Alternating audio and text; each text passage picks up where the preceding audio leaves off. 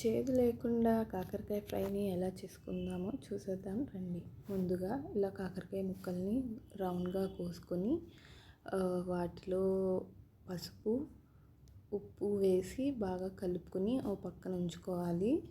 ఆ తర్వాత నీరు పోయే వరకు బాగా ప్రెస్ చేసుకోవాలి. ఇప్పుడు స్టవ్ మీద కడాయి పెట్టి ఆయిల్ వేసి ఈ కాకరకాయ ముక్కల్ని బాగా ఫ్రై చేసుకోవాలి.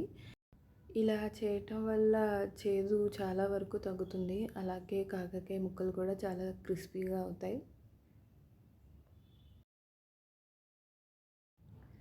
ఇలా ముక్కల్ని ఫ్రై చేసుకొని ఓ పక్కన పెట్టుకుందాం.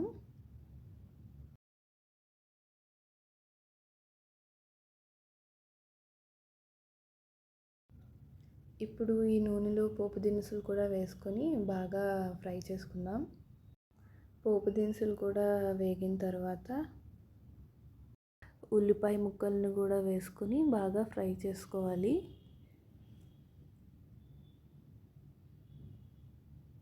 ఇలా బాగా ఫ్రై అయిన తర్వాత ముందుగా పక్కన పెట్టుకున్న కాకరకాయ ముక్కలను కూడా వేసుకొని బాగా కలుపుకోవాలి.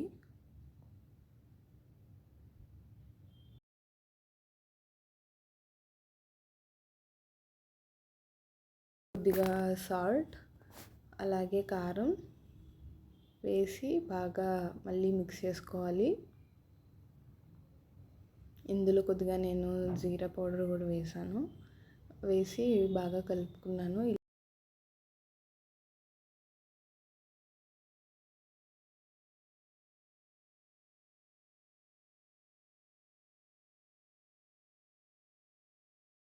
ఇలా బాగా మిక్స్ చేసుకున్న తర్వాత ఒక 10 to 15 minutes బాగా ఫ్రై చేసుకోవాలి.